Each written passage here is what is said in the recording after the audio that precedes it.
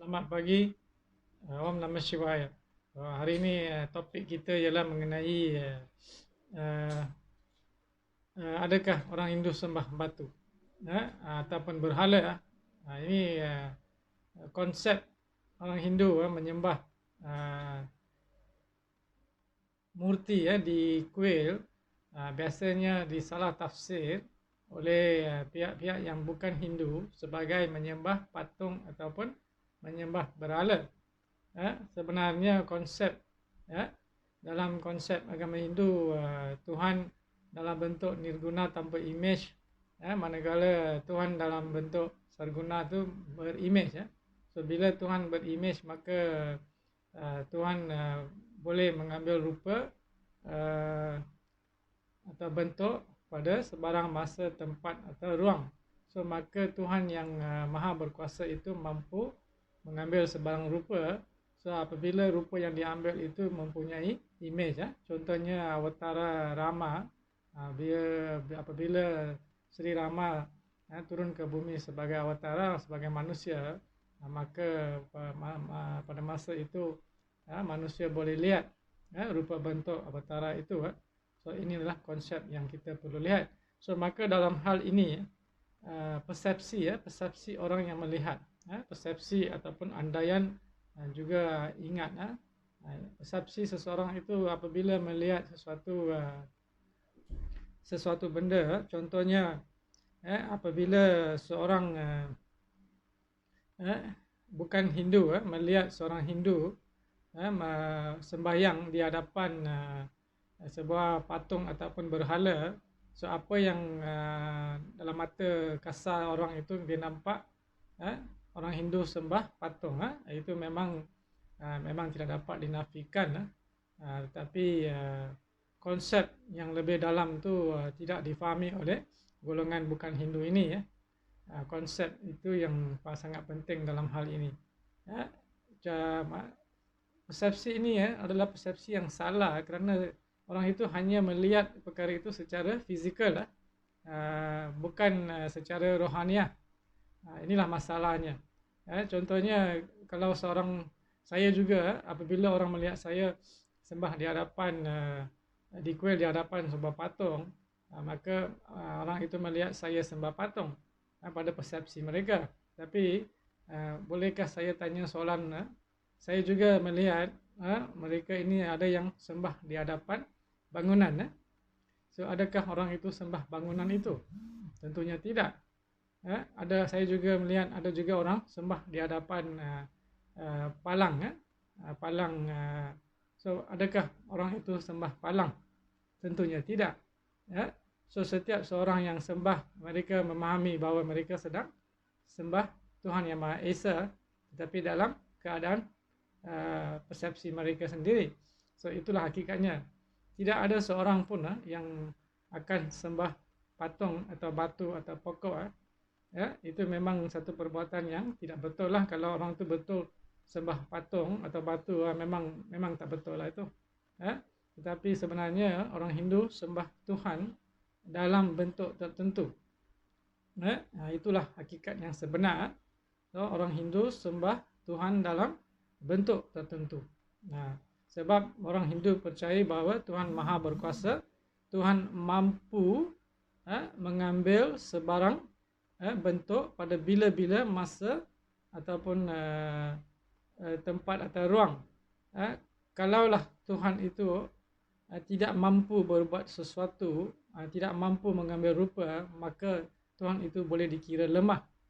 So itu tidak boleh dikatakan sebagai Tuhan yang maha sempurna, kerana bagi orang Hindu kita percaya Tuhan maha sempurna. So Tuhan yang sempurna perlu boleh membuat semua perkara, tak ada benda yang tidak boleh dibuat. So dalam hal orang Hindu menyembah di kuil di hadapan patung berhala itu, sebenarnya kami sedang menyembah Tuhan Yang Maha Esa. Kerana saya boleh berikan beberapa contoh klasik di sini. Sebenarnya kuil-kuil Hindu ini dibina berdasarkan sains, berdasarkan sains dan teknologi. Sebenarnya kalau tengok betul-betul kerana dibina berdasarkan wastu sastra, silpi sastra dengan agamik sastra. So kita boleh lihat so bagaimana kuil-kuil ini meliputi konsep yantra, tantra dan mantra. Yantra bermaksud mesin, mesin dalam perkataan ringkas. Tantra bermaksud teknik, manakala mantra bermaksud formula. So konsep ini sama seperti sebuah komputer, di mana apabila kita memasang alat-alatan komputer itu, kemudian kita kena programkan dia punya software dia. Kemudian selepas kita sudah program, barulah komputer itu dapat berfungsi. Kemudian apa yang kita perlukan, kita masukkan data itu, kita dapat balik informasi yang kita perlukan. Konsep ini sama dengan sebuah kuil. Kuil ini sebenarnya satu sistem komputer yang klasik, yang besar, di mana kita kena pasang semua peralatan itu dengan teratur aturannya. Kemudian kita kena programkan dalam proses Maha Kumbha Abhishekam dengan proses pradista, prana pradista kepada murti ataupun berhala itu. Kemudian selepas selesai semua proses itu, barulah kita gunakan sebagai sembah untuk menyembah Tuhan melalui program itu. Apabila kita membaca sesuatu mantra, mantra ini macam password. So password itu boleh membentuk prana sakti itu, itu kuasa gelombang tertentu itu yang boleh manusia boleh mendapat faedah daripada itu. Iaitu apabila kita membaca mantra-mantra tertentu, gelombang-gelombang tertentu akan boleh menghubungi orang kosmik. Dengan itu secara direct, orang yang menyembah itu boleh mendapat faedahnya. So sebab itulah penyembahan murti, penyembahan dalam bentuk berimej ini untuk kehidupan duniawi. Itulah konsep sains di belakang, yang tersindung di belakang kuil-kuil orang Hindu. So dia bukan sekadar sebuah patung yang dijual di kedai atau di mana-mana. So itu manusia perlu ingatlah. Kemudian kalau kita tengok dari segi analogi lain, konsep lain sebagai gambar, kalau kita tengok apa yang orang Hindu lihat adalah Tuhan melalui patung itu. So sebegitulah kita boleh lihat bagaimana kalau kita ada gambar ibu bapa kita di rumah, gambar itu kita simpan untuk, dia hanyalah sekeping kertas yang mempunyai gambar. Tapi apabila kita lihat kertas itu, kita akan lihat ibu bapa kita, bukan sekadar kertas. So persepsi di sana ialah apa? Orang yang melihat ibu bapa mereka itu, yang memiliki kertas itu ibu bapa mereka akan lihat ibu bapa. Tapi kalau gambar itu sekadar kita letak di mana-mana atau kita buang di mana-mana, contohnya di atas jalan raya kita letakkan, orang yang lalu lalang di sana dia tidak peduli ibu bapa itu, mereka hanya nampak sekeping kertas yang bergambar itu saja. Kebanyakannya mungkin akan pijak, tapi kita tidak akan pijak gambar ibu bapa kita. Kerana apa? Walaupun benda yang sama, kertas, tetapi kita masih lihat ibu bapa kita. Itu konsep yang kita guna pakai di kuil. Begitu juga kalau tengok perkara ini pernah, bukan wujud pada masa hari ini. Persoalan ini pernah diwujudkan semasa zaman Swami Vivekananda pada 1880-an.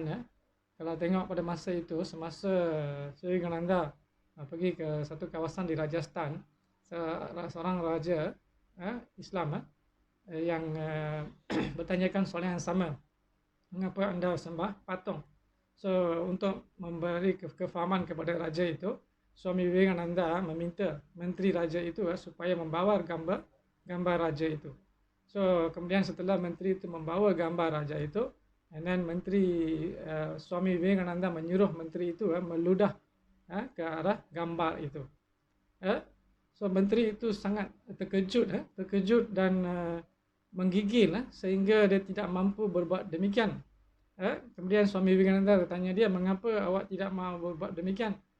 Itu hanya sekeping gambar saja, sedangkan raja kamu yang sebenar berdiri di hadapan kamu. Mengapa kamu tidak mahu berbuat demikian pada sekeping kertas? So dalam konsep itu, raja itu faham bahawa walaupun raja itu berada di tempat lain, tapi orang tidak mampu membuat suatu perkara buruk ke atas gambar itu, sekeping gambar saja. So dari sini kita faham konsep di mana walaupun benda itu gambar atau patung, kita lihat konsep Tuhan di belakang patung. So Raja Islam itu memahami konsep dan meminta maaf kepada Swami Vivekananda. Ini pernah berlaku, ini pernah berlaku. Kemudian kalau tengok contoh yang lain, kita tengok macam contoh bendera negara kita. Bendera negara kita sekeping kain saja, tapi kita berdiri dan hormat kepada bendera itu. Adakah kita hormat pada kertas kain itu ataupun kita hormat kepada konsep negara itu? Itu kena fikir sedikitlah. So dari sana, selain daripada itu, saya juga boleh tanya sesiapa yang kata orang Hindu sembah batu atau patung, sila buktikan daripada kitab Hindu, di mana dalam kitab Hindu menyatakan kami sedang sembah patung atau batu. Manakala tengok mantra-mantra yang kita gunakan,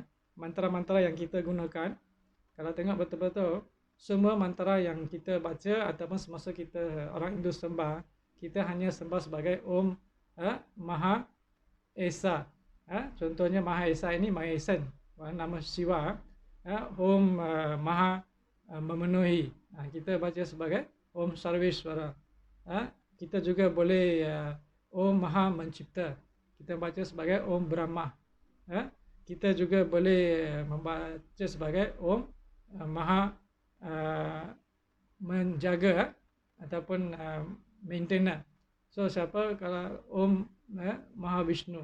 So kalau tengok semua konsep semasa kita sembah atas nama-nama Tuhan yang mempunyai pelbagai nama. Boleh dikatakan macam Tuhan Siwa ada 1000 nama. Kita kalau gunakan 1000 nama itu, semua nama-nama itu tidak ada satu pun nyatakan batu atau patung. Kalaulah ada mana-mana mantra orang Hindu yang gunakan itu, sila saya mintalah orang-orang yang kata kami sebab batu itu cuba buktikan kepada saya lah. Kalau tengok dalam Veda pun jelas dia sudah kata Tuhan boleh mengambil sebarang rupa. Manakala sebagai seorang penganut yang sebenar seharusnya mempercayai Tuhan dalam dua keadaan itu, nirguna dan sarguna. So maka orang Hindu sembah kedua-dua. Dan kalau kitab Veda Yajurveda 40.8 sampai 40.11, kalau tengok memang perkara ini telah dijelaskan, bukan saja dalam Veda, juga dalam Purana, dalam Upanishad, dalam agama, semua tempat telah menjelaskan bahawa Tuhan mempunyai dua keadaan, maka seorang bhakta yang sebenar seharusnya mempercayai kedua-dua keadaan. So dalam perkara ini tidak ada sebarang masalah di kalangan orang Hindu, kecuali golongan tertentu yang tidak memahami, kemudian sesat ke arah yang lain, dan cuba mengatakan perkara-perkara yang tidak betul. So lebih baik kalau saudara tidak faham tanyalah, ataupun kalau saudara yang sudah pergi bertukar kepada agama lain, itu bukan isu kepada seorang Hindu. Sesiapa yang tukar agama itu masalah dia, kerana karma itu dia yang tanggung sendiri. Pada hakikatnya dalam agama Hindu, orang yang bertukar agama itu sebenarnya berdosa kerana lari daripada karma yang diberi oleh Tuhan pada kehidupan ini. Kita dipilih untuk dilahirkan dalam agama tertentu kepada ibu bapa tertentu kerana karma yang lepas. So kalau kita melarikan diri daripada tanggungjawab ini, maka kita perlulah menjawab. Sebab dalam kitab Veda pun, dalam kitab-kitab agama jelas telah mengatakan seorang yang menukar agama tidak akan mendapat moksha, tidak akan mendapat kegembiraan, dan perlu sepatutnya bila tak ada moksha, sepatutnya dia perlulah mengganti balik dalam kelahiran yang akan datang. So pada keseluruhan kita boleh lihat so konsep menyembah Tuhan dalam bentuk berimage, contoh di kuil, so bukanlah satu isu di kalangan orang Hindu. Hanya golongan yang bukan Hindu sibuk, cuba sibuk dan mempersendakan. Pada hakikatnya dalam kitab agama orang lain, macam Islam telah jelas jangan mempersendakan, menghina sembahan orang lain. Tetapi orang tertentu ini tidak memahami, sebab dalam kitab Islam dengan jelas telah memberi keadilan kepada yang bukan Islam. dalam hal ini saya nampak di sana, jangan menghina, nanti mereka akan menghina balik. Tetapi ada setengah orang tidak memahami konsep ini ya. Namun orang Hindu jarang tidak akan menghina, macam saya tidak akan menghina agama lain, sebab kami percaya segala sesuatu itu daripada perancangan Tuhan Yang Maha Esa. So tidak ada orang yang boleh mencipta satu agama baru, kerana kesemua itu datang daripada Tuhan yang sama untuk tujuan-tujuan tertentu pada masa-masa tertentu untuk menyedarkan manusia. Itu saja. So dalam hal ini tidak ada satu agama yang boleh disalahkan. So seorang Hindu biasanya tidak akan menghina mana-mana agama, sebab semua dalam perancangan Tuhan yang satu. Om Namah Shivaya. Sekian.